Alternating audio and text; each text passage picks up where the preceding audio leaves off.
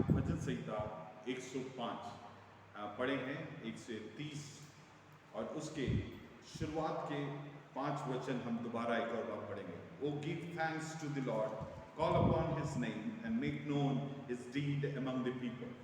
हमारे जीवन में परमेश्वर ने एक मुख्य बात को बोला है कि हम जहाँ कहीं भी रहें, हमारी हर परिस्थिति में, हर सेटिंग में, हर एनवायरनमेंट में एक हमारा जो कर्तव्य जो परमेश्वर ने हमें प्रदान किया वो ये है कि हम परमेश्वर के नाम को पुकारें।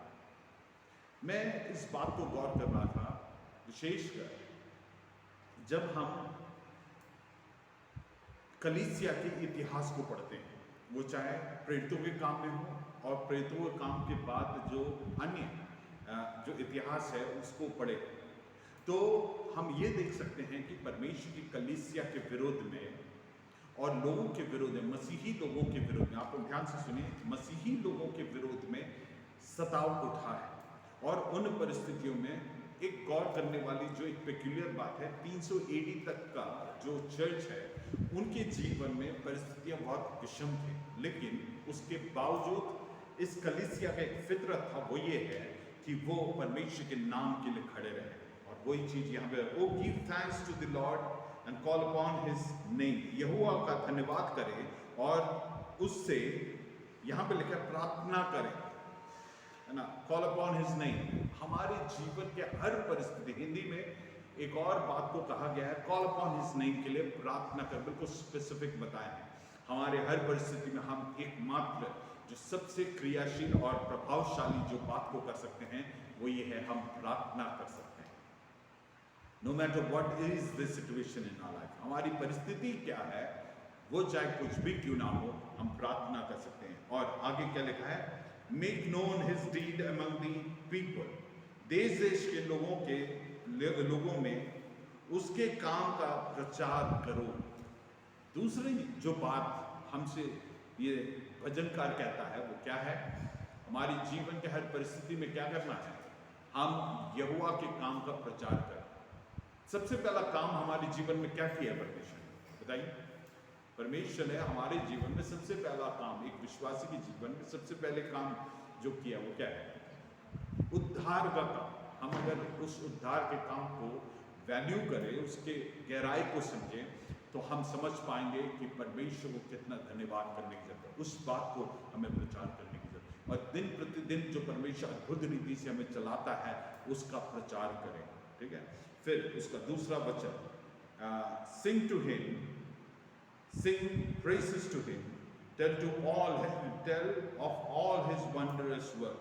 हम जब परमेश्वर की आराधना कर रहे हैं, हमारा हृदय परमेश्वर के अद्भुत कामों से, अद्भुत कामों को स्मरण करते हुए उसकी आराधना करना है ना। उसके लिए गीत गाओ और उसके लिए भजन गाओ, उसके सब आश्चर्य कर्म पर ध्यान करो, उसके सब आश्चर्य कर्म पर ध्यान करो। तीसरी बात जो परमेश्वर के वचन में हमें बताया गया है, उसके आश्चर्य कर्मों पर ध्यान करो।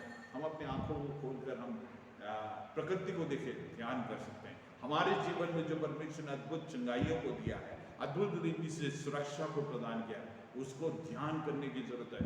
उसको ध्यान करके परमेश्वर के प्रति हमें कृतज्ञ होने की जरूरत है। चौथी बात, seek the lord and his strength and seek his presence continually.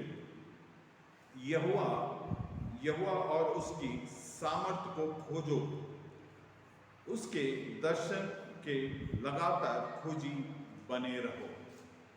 चौथी बात है, एक रेगुलर परमेश्वर के साथ एक संबंध बनाए रखना, उसके साथ एक रिलेशनशिप बनाए रखना। हम किसके ध्यान करते रहते हैं, जिससे हम सबसे ज्यादा करीब हैं, उस व्यक्ति को हम अक्सर याद करते हैं, हमारे मनों में वो घूमते रहते हैं। वो चाहे हमारे प्रेमिका हो सकते हैं, हमारी पत्नी हो सकते हैं, या हमारे बच्चे हो सकते हैं, है ना, हमारे माता पिता हो सकते हैं जिससे हम बहुत क्लोज हैं, हमारे मित्र हो सकते हैं जिससे हम बहुत क्लोज हैं। हिंदी में एक और बार पढ़ेंगे, 4th वर्स, यहोवा और उसके सामर्थ को खोजो, हाँ, उसके दर्शन के लगातार खोजी बने रहो। हाँ, 5वां वचन भी, उसके किए हुए आश्चर्य कर्म स्मरण करो, हाँ, उसके चमत्कार और निर्णय स्मरण करो। Praise the Lord. ये 4 बातें परमेश्वर ने हमारे जीवन में बताए हैं।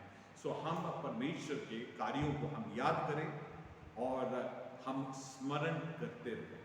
परमेश्वर ने, अगर हम इस गीत को गाते, गिन गिन के स्तुति करें विश्व माँ तेरे कामों के लिए, हमारे जीवन में परमेश्वर ने कितने काम किए, हम उन कामों को कई बार भूल जाते हैं, हम उन बातों को स्मरण करते हैं। दो बातें होता है, जब हम उसे स्मरण करते हैं हमारे हृदय परमेश्वर के प्रति कृतज्ञता से भर जाता है। दूसरा बात क्या होता है, जब हम परमेश्वर के कामों को स्मरण रखते हैं, हमारे विपरीत परिस्थितियों में, निरुत्साहित करने वाली परिस्थितियों में वो हियाव को प्रदान करता है, परमेश्वर के प्रति एक भरोसे को प्रदान करता है। इसलिए हम अपने जीवन में इस फितरत को बनाए रखें कि हम यहोवा को और उसके कामों को याद करते रहें। Let us remember the great work that he has done in our life. परमेश्वर ने जो अद्भुत कामों को हमारे जीवन में किया, उसको स्मरण करते रहें। हम कई बार बाकी चीजों को ध्यान रखते हैं, हमारे जीवन में बाकी दुनिया के हर एक बात हमें स्मरण रहता है, लेकिन हम कई बार परमेश्वर के कामों को स्मरण नहीं करते हैं। लेकिन ये परमेश्वर के दास यहोवा का जो दास है, वो भजनकार कहता है कि हम परमेश्वर को याद करें। हम अब उसको थोड़ा सा आगे जाएंगे, 8वें वचन को पढ़ेंगे। वह अपनी वाचा को सदा स्मरण रखता आया है। हाँ। यह वही वचन है जो उसने 1000 पीढ़ियों के लिए ठहराया है। मेरे प्रियो, अगली बात ये भजनकार जो कहता है, वो अपने वाचा को क्या करता है? He remembers his covenant forever. वह अपनी वाचा को कब तक स्मरण रखता है? हमेशा के लिए, सदैव, अनंत काल के लिए वो स्मरण रखता है। उसका सेकंड पार्ट बोलता है, the word that he commanded for 1000 generations, 1000 पीढ़ियों तक वो अपने वायदों को बनाए रखता है। मेरे प्रिय, दुनिया में इंसानों के साथ हमारा तजुर्बा है, इसलिए इन बातों को हम सोच भी नहीं सकते हैं, उसको समझ भी नहीं पाते हैं कई बार। लेकिन परमेश्वर बोलता है, क्योंकि दुनिया में जो वायदे होते हैं वो एक पीढ़ी तक भी कायम कई बार नहीं रहता है, कुछ वर्षों तक कायम नहीं रहता। मैं ऐसे कई केसेस जानता हूँ जो पिता ने किसी को इष्टदान दिया है और उसके पीछे, उस जमीन के पीछे क्या करते हैं, बाद में अगला पीढ़ी आकर उसके लिए केस लड़कर उसको वापस हथियाने का प्रयास करते हैं। ये है इंसान की जो वाचा है, इंसान की जो वायदे हैं। लेकिन परमेश्वर का वायदे बोलता है 1000 पीढ़ी तक स्मरण रखता है, और हम उसमें आते हैं, क्योंकि गलातियों की पत्री 3 अध्याय में लिखा है, हर एक जो विश्वास करने वाले हैं वो इब्राहिम के संतान कहलाते हैं, and we inherit the same promise that Abraham had. और अब्राहम को जो परमेश्वर ने वाचा दिया, वो हम भी हकदार हैं विश्वास के द्वारा प्रभु यीशु मसीह। इसलिए जो परमेश्वर ने वाचा इब्राहिम के साथ बांधा है, वो उसके हम भी हकदार हैं। इसलिए हम जाने कि हमारी परिस्थितियों में हम अकेले नहीं हैं। वाचा का निर्वाह करने वाला और वाचा में सत्यता के साथ, न्याय के साथ खड़े रहने वाला परमेश्वर हमारे साथ भी है। इसलिए हम जाने हमारे साथ वाचा को पूरा करने वाला परमेश्वर। केवल हम आशीषित नहीं होते हैं, हमारी पीढ़ी दर पीढ़ी आशीषित होते हैं। ठीक है, इसको आगे बढ़ाएंगे और हम पढ़ेंगे उसके 17वां वचन, 16 से पढ़े। फिर उसने उस देश से अकाल भेजा, फिर उसने अपने देश में अकाल भेजा और अन्न के सब आधार को दूर कर दिया। अन्य के सब आधार को दूर कर दिया। सो हम क्या समझ सकते हैं? परमेश्वर का वाचा है, परमेश्वर विश्वास योग्य है, परमेश्वर हमें कभी छोड़ेगा नहीं, ये सब बातें सही है। लेकिन हम ये अनुमान लगा सकते हैं हमारे जीवन में अकाल आ सकता है। We can have problems in our life, दिक्कतें आ सकता है, बाढ़ आ सकता है, चुनौतियां आ सकते हैं। जैसे हम अनुमान लगाते हैं, वैसे चीजें आगे बढ़ना जरूरी नहीं है। समझ रहे मेरी बात को? हम जब परमेश्वर की वाचाओं को जब कल्पना करते हैं, उसके बारे में विश्वास करते हैं, अध्ययन करते हैं, हम अपेक्षा करते हैं चीजें हमारे तरीके से हो तो परमेश्वर का वाचा पूरा हो। लेकिन हमें वचन से ये समझ सकते हैं, हमारा जीवन में चाहे कैसे भी परिस्थितियां आए, उसके बावजूद परमेश्वर का वाचा पूरा होने के लिए और पूरा करने के लिए परमेश्वर सक्षम। समझ रहे हैं बात को? सी द सिचुएशन में चेंज, एनवायरमेंट में चेंज, क्लाइमेट में चेंज, और हमारे जीवन में जैसे परिस्थिति था वो सब बदल सकता है, लेकिन उसके बावजूद परमेश्वर का वाचा, मैं यूं बोलूंगा, जो परिस्थिति है उसके बावजूद वो विश्वास योग्य है कि हमें उन परिस्थितियों में भी वो सुरक्षित रखे।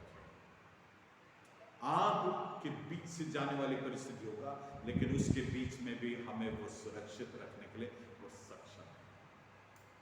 दानियल के 3 मित्र आग में झोंक दिए गए थे। वहां पे लिखा है 7 गुना उस आग का, उसके ताव को बढ़ाया गया। जो उसे उन्हें डाले, जो वाचा के बाहर थे वो जल गए, लेकिन जो वाचा के अंतर्गत थे, जब उन्हें झुका गया वो सुरक्षित रहे।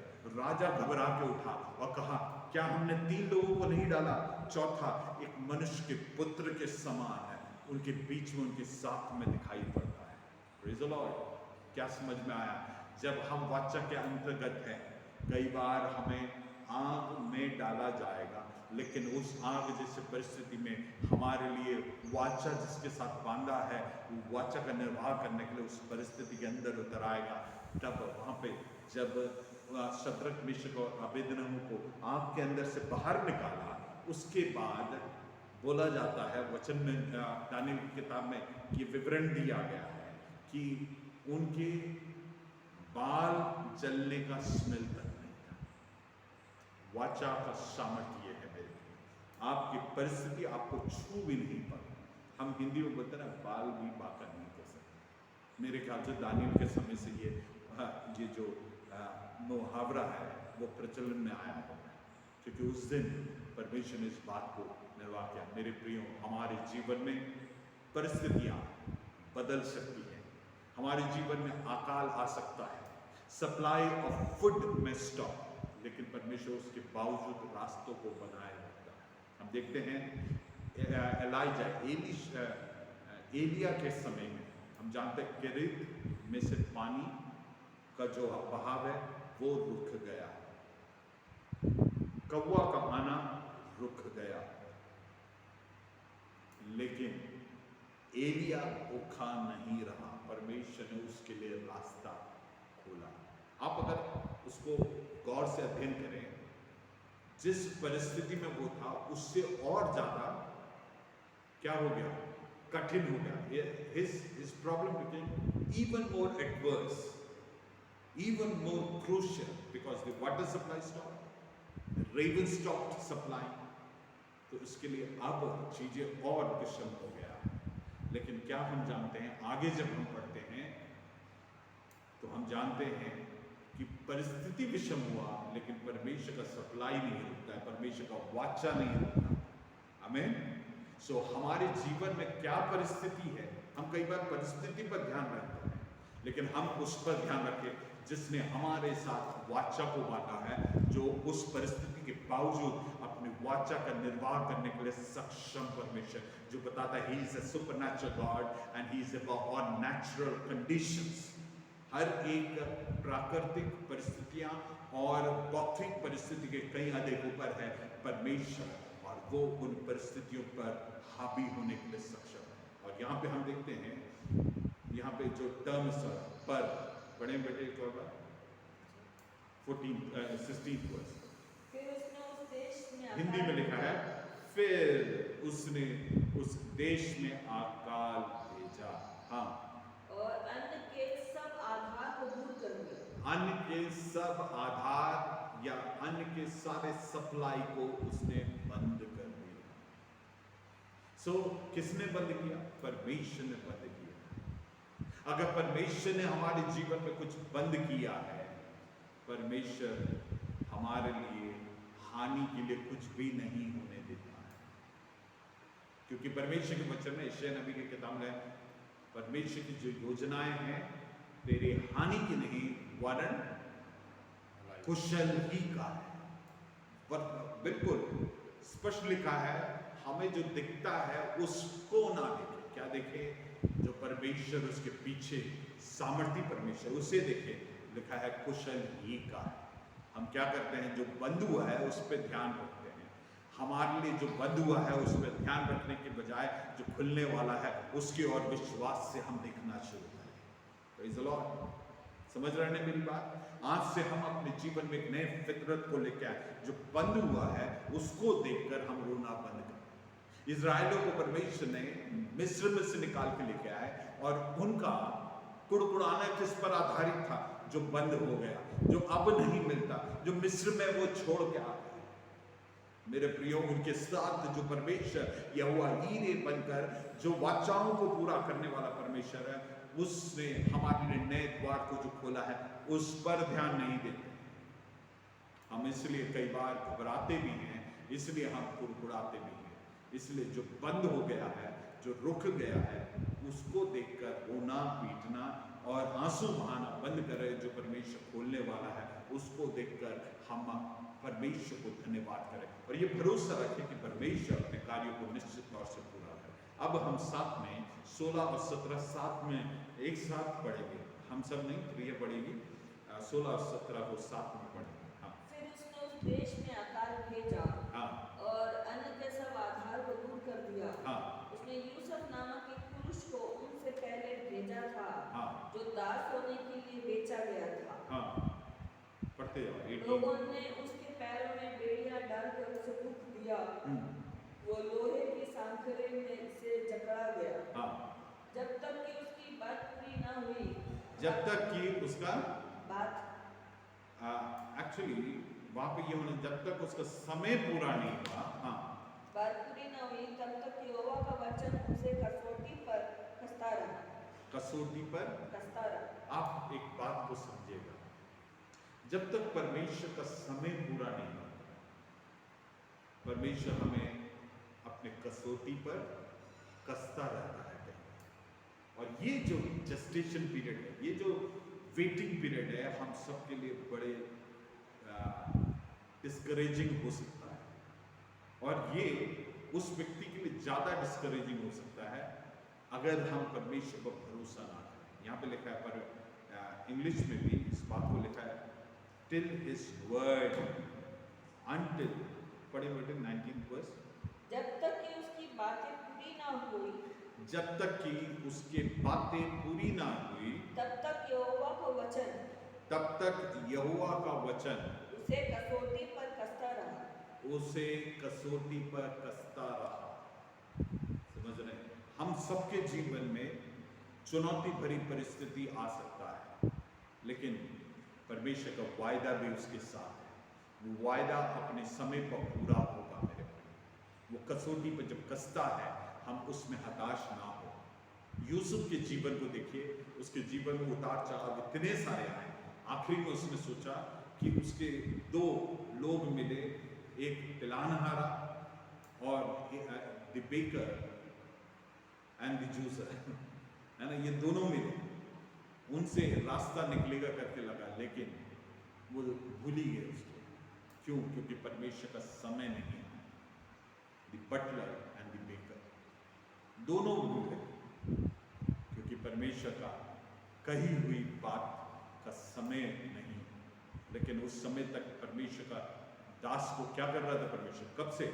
17 साल का उम्र था, तब उसके भाइयों ने इसके ऊपर इससे घृणा की, इसको मार डालने के लिए योजना बनाए, इसको सूखे कुएं में फेंक दिया। फिर वहां से उठाकर उसने इश्माइलियों को बेच डाला।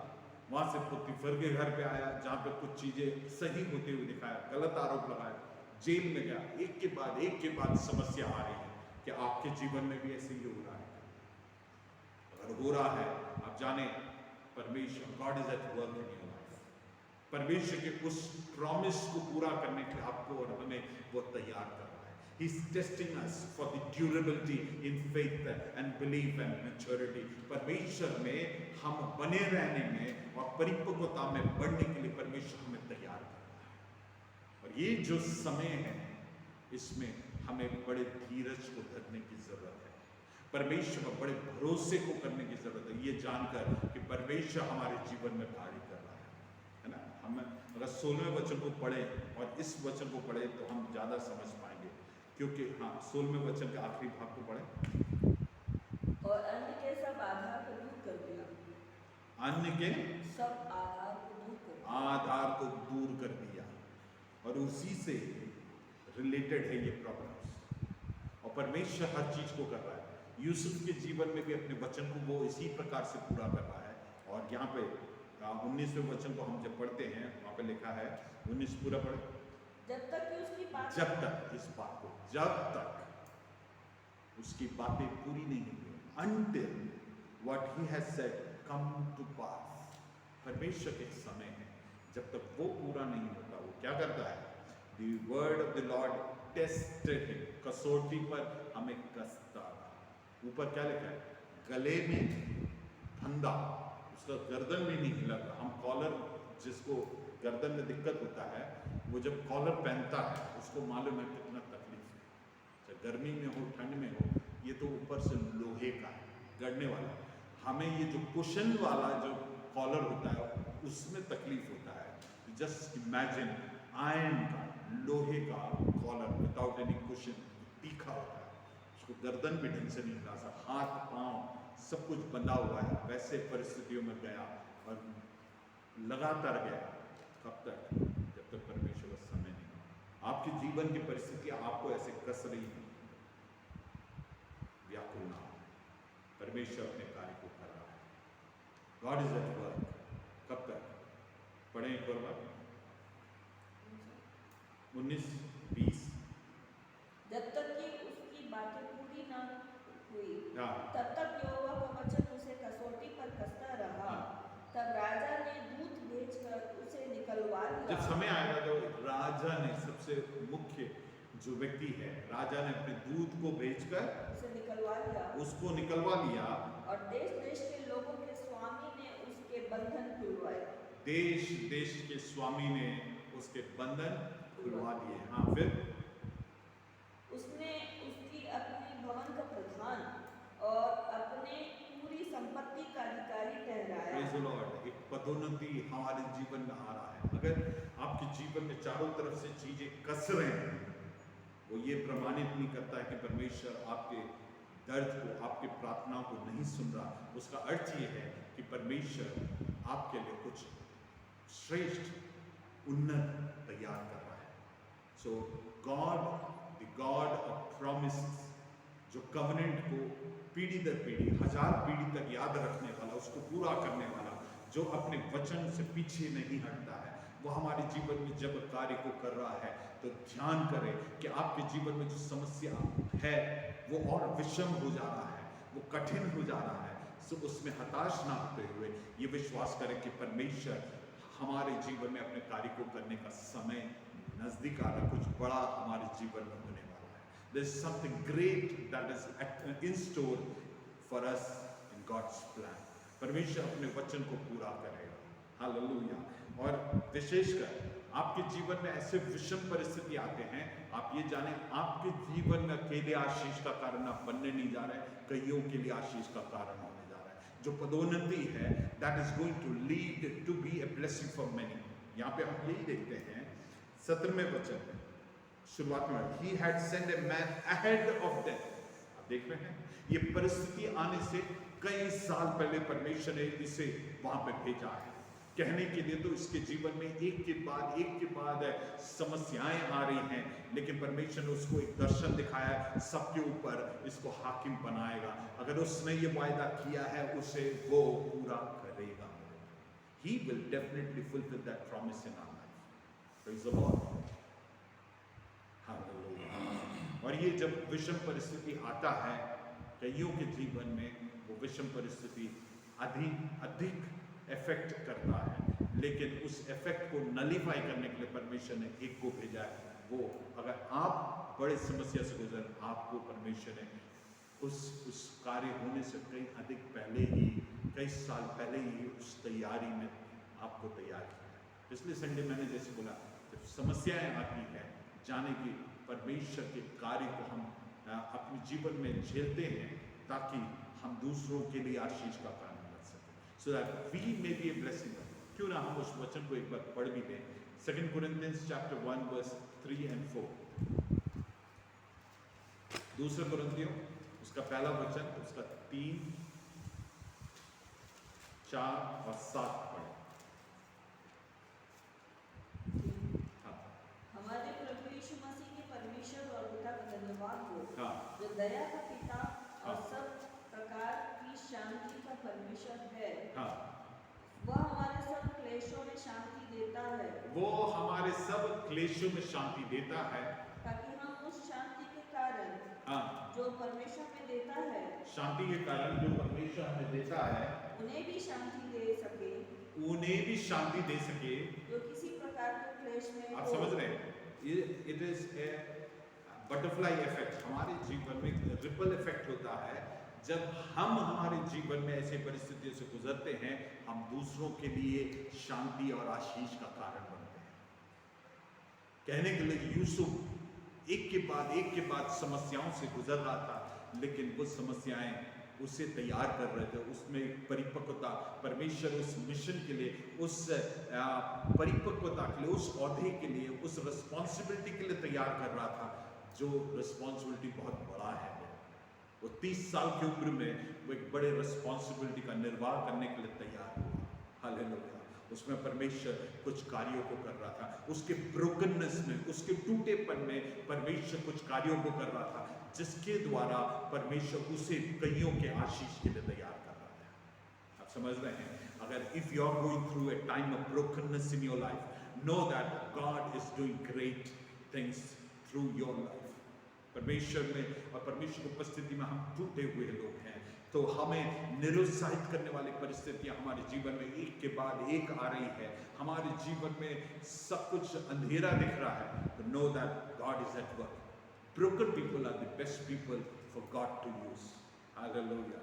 आपके आंसुओं से आप गुजर रहे हैं, टूटे हृदयों से, तिरस्कारों से गुजर रहे हैं, you know that God is at work in your life. God is going to mold you in that brokenness to be used immensely for the kingdom and the expansion, and also for the great responsibility that God has kept in your life, and through your life God wants to bless many. Hallelujah.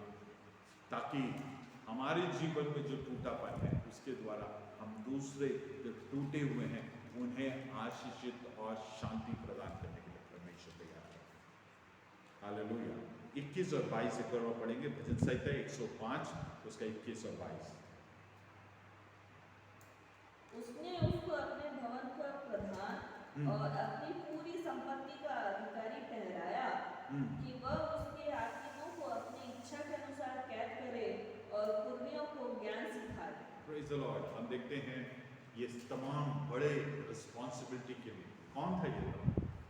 सही बोले तो उसके घर के लोगों का जो profession है उसमें भी वो निपुण नहीं था। उसको कभी भी आप बाइबल में नहीं पढ़ते हैं कि वो चरवाहा का काम किया। उसके घर वाले वास्तविकता में चरवाहे थे, उस कार्य में भी निपुण नहीं है। लेकिन परमेश्वर अपने चक्र में डालकर जब वो हमारे निर्माण करता है, वो हमें जब तैयार करता है, तब हमें वो ऐसे तैयार करता है कि जो जिस पोजीशन में हम बैठने के लिए किसी भी प्रकार की क्वालिफिकेशन है, परमेश्वर वहां पर बैठाने के लिए है। तो मेरे प्रियो, अगर हमारे जीवन में परमेश्वर हमें तोड़ रहा है, तो आप और हमें ये ध्यान रखना है, परमेश्वर हमारे जीवन में कार्य कर रहा है, ताकि परमेश्वर के वचन और योजना उस औहदे तक पहुंचाने के लिए हमें तैयार है।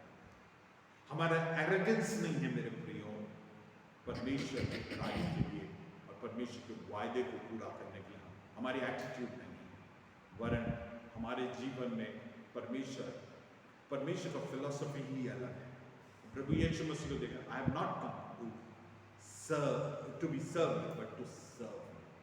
परमेश्वर बोलता है, मैं इसलिए नहीं आया कि मेरा आदर हो, मेरी सेवा हो, वरन मैं सेवा करने के लिए।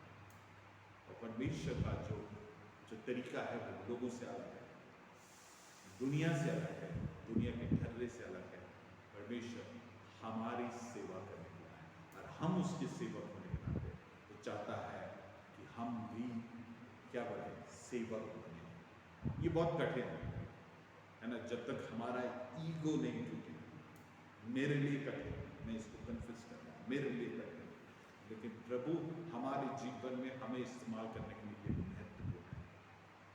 और इन दिनों मेरी प्रार्थना ये है कि परमेश्वर मुझे तोड़ ताकि I can become a servant of others. So हम यूसुफ के जीवन में देखेंगे तो उसके जीवन में भी यही है। आपको मालूम है, जब हम इसको उत्पत्ति में निकालते हैं, उत्पत्ति मेरे ख्याल से 43, उत्पत्ति जेनेसिस चैप्टर 43,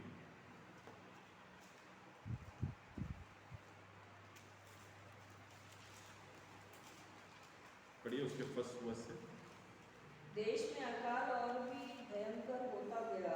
हाँ। जब अन्न जो वे मिस्र से लाए थे समाप्त हो गया, तब उसके पिता ने उनसे कहा, फिर जाकर हमारे लिए थोड़ी सी भोजन वस्तु मोल ले आओ। तब यहूदा ने उससे कहा, उस पुरुष ने हमको चेतावनी देकर कहा, यदि तुम्हारा भाई तुम्हारे संग न आए तो तुम मेरे सम्मुख न आने पाओगे। इसलिए यदि तू हमारे भाई को हमारे संग भेजे, तब तो हम जाकर तेरे लिए भोजन वस्तु ले आएंगे।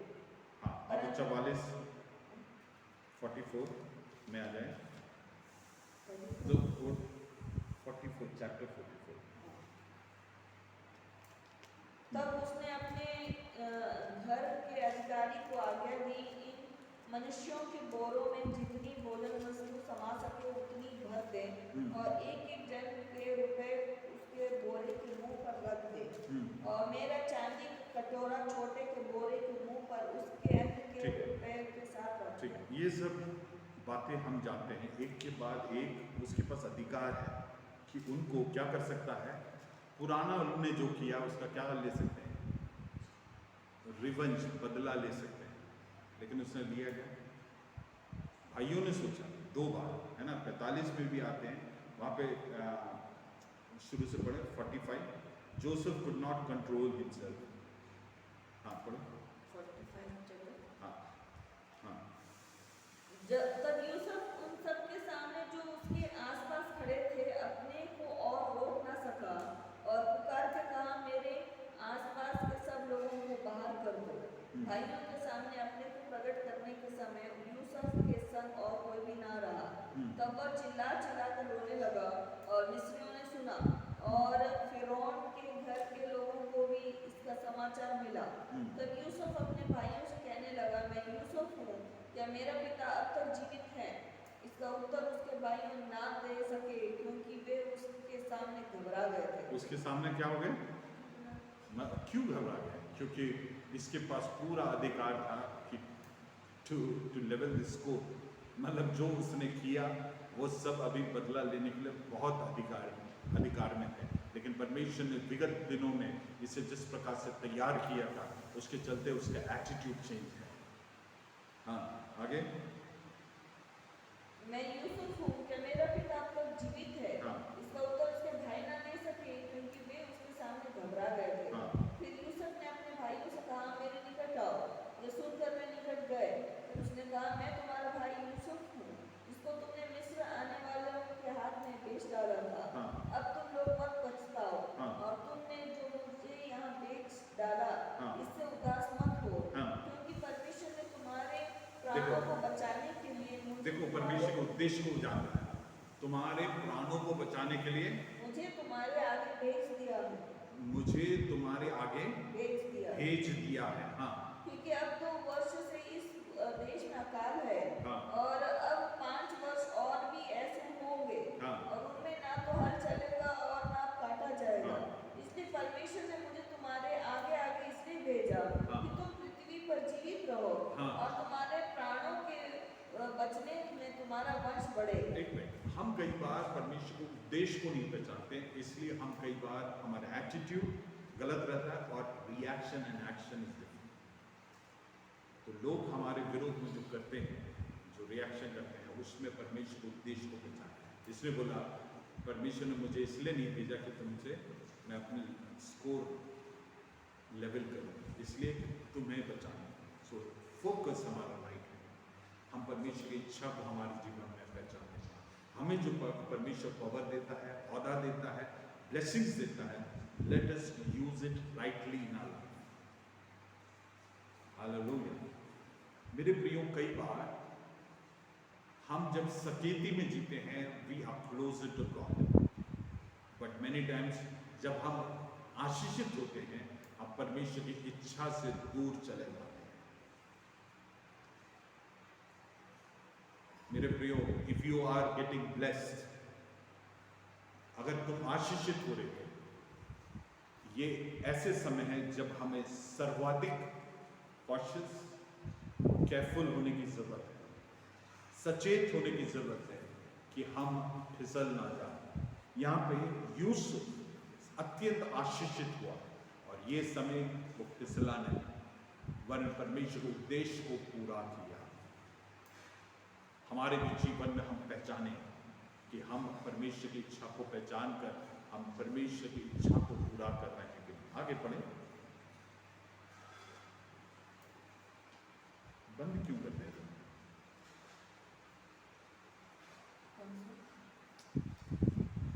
45:8। इस रीति से अब मुझको यहाँ पर भेजने वाले तुम नहीं, परमेश्वर ही ठहरा। हाँ। और उसी ने मुझे फिरौन का पिता और उसके सारे घर का स्वामी और सारे मिस्र देश का प्रभु ठहरा दिया। और शीघ्र मेरे पिता के पास जाकर कहो, तेरा बस इतना काफी है। यहाँ पे उसको उद्देश्य को बताता है और इस बात को वो स्पष्ट करता है कि परमेश्वर ने मुझे भेजा। ये इंसिडेंट, अब देखिए, यूसुफ और उसके भाइयों के बीच में भी फर्क है, दोनों के एटीट्यूड। ये तो किस्सा हुआ, इनको डर लगा तमाम चीजें, लेकिन यूसुफ ने अपने मैच्योरिटी को क्या किया, यहाँ पे डिस्प्ले पे डाला। किसके सामने? उम्र मैच्योरिटी का पैमाना नहीं है मेरे।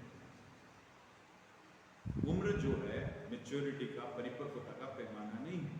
इसके भाइयों का और इसके उम्र को अगर तुलना करें, उसके भाई लोग अगर आज के प्रोफेशनल लैंग्वेज में रिटायरमेंट एज पार कर चुके, बहुत बड़े हैं, है ना, रूबेन और जूदा, ये सब बहुत बड़े हैं, लेकिन उन सब से ज़्यादा मैच्योरिटी को डिस्प्लेस नहीं। एक और इंसिडेंट है जब याकूब का देहांत हो जाता है। याकूब जब मर जाता है, उसके बाद फिर उसके भाई लोग घबराते हैं, तब वो क्या करता है, रो के बोलता है, तुम लोग अभी भी मुझे नहीं समझे। मेरे प्रियो, मैं बस इतना कहकर रोकूंगा, जिसके जीवन में परमेश्वर के चक में, परमेश्वर के हाथ में जो रच कर तैयार हुआ है, वो दुनिया के तौर तरीके से बिल्कुल अलग होगा। और इसलिए हम हमारे हर परिस्थिति के बीच में हम जाने कि परमेश्वर हमारे जीवन में कार्यरत है, और उन परिस्थिति के बावजूद परमेश्वर अपने उद्देश्य को पूरा करे। हालेलुया। परमेश्वर अपने उद्देश्य को पूरा करे। और होने दे कि परमेश्वर हमें जब कठिन परिस्थितियों से लेके जाता है, हम जाने कि परमेश्वर हमें तैयार कर रहा है। God is preparing us for a greater blessing in our life. Maturity के लिए जो परमेश्वर का उद्देश्य है उसे पूरा करने के लिए हमें कई बार टफ सिचुएशन से गुजरना पड़ता है, इजी नहीं। अगर आपके जीवन में परिस्थितियां बहुत ही ज्यादा मुश्किल है, तो know that God is preparing you for a greater and excellent future. Hallelujah. शैतान हमें कहाँ ले जाता है? आपके वर्तमान में लेके जाता है और आपको और हमको निरुत्साहित करता है। If you are broken again and again, know that God is going to work maturity, prepare you for a greater future. इसलिए परमेश्वर हमें हमारे जीवन में कुछ रिसोर्सेस को काट रहा है, कुछ ब्लेसिंग्स को काट रहा है, क्रेडिट को बंद कर रहा है, पानी के सप्लाई को बंद कर रहा है, खाने के सप्लाई को बंद कर रहा है, तो जाने God is preparing you. God, और यहाँ पे क्या लगा, उससे he has sent a man ahead of it। अगर आपके जीवन में परिस्थिति आज आया है लेकिन परमेश्वर ने कई साल पहले ही उसके लिए प्रावधान को तैयार कर दिया है। God prepares the way first and then sends the problems into our life. समझ रहे हैं? आपके और हमारे जीवन में कोई समस्या को भेजने से पहले उसमें से हमारे जीवन में जो निकास है उसको पहले ही परमेश्वर आगे भेजता है और फिर हमारे जीवन में समस्या होती है। आमीन। तो इसलिए आप अपने जीवन में हताश ना हो, परमेश्वर के कार्य को हम अपने जीवन में आभास करें और एहसास करते हुए धन्यवाद करें। परमेश्वर हमारे जीवन में इस वचन के द्वारा आशीषित करें, लेकिन हम अंत करने से पहले कुछ बातों को हम अपने जीवन में परमेश्वर के कार्य को मनन करते हैं, हालेलुया, प्रार्थना करते हैं, परमेश्वर के गुणानुवाद करते हैं और परमेश्वर के उस आश्चर्य कर्मों को हम धन्यवाद दें और याद करें। और आगे परमेश्वर हमें कितना भी विषम परिस्थितियों से गुजरता है, परमेश्वर उस आशा उस परिस्थिति को हमारे लिए और हमारे द्वारा दूसरों के आशीष के लिए देगा। तो इसलिए परमेश्वर पूर्ण भरोसा रखे, हमारे जीवन को परमेश्वर पर आश्रित होगा, परमेश्वर के उस ऑमनीपोटेंस को, उसके सर्वशक्तिमान होने को हम जानते हुए हम अपने जीवन को जिए। परमेश्वर इन वचनों के द्वारा हमें आशीष